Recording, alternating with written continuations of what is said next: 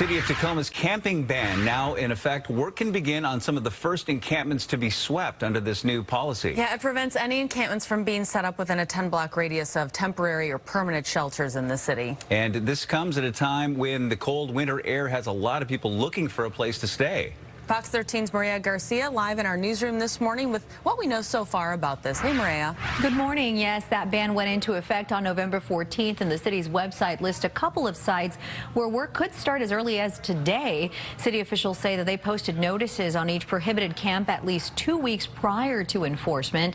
Before that, they say organizations and community groups can offer help to unhoused people there.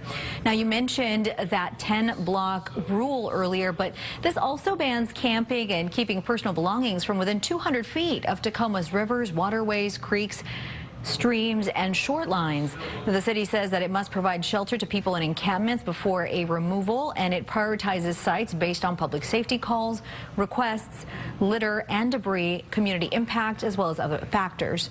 So how is it working? Well, according to the City of Tacoma's website, a notice was posted at an encampment at 34th to 35th and Pacific Avenue.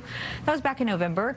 Removal started 14 days later. It says 34 people were contacted, 19 of them accepted some help, and more than 79,000 pounds of debris was removed.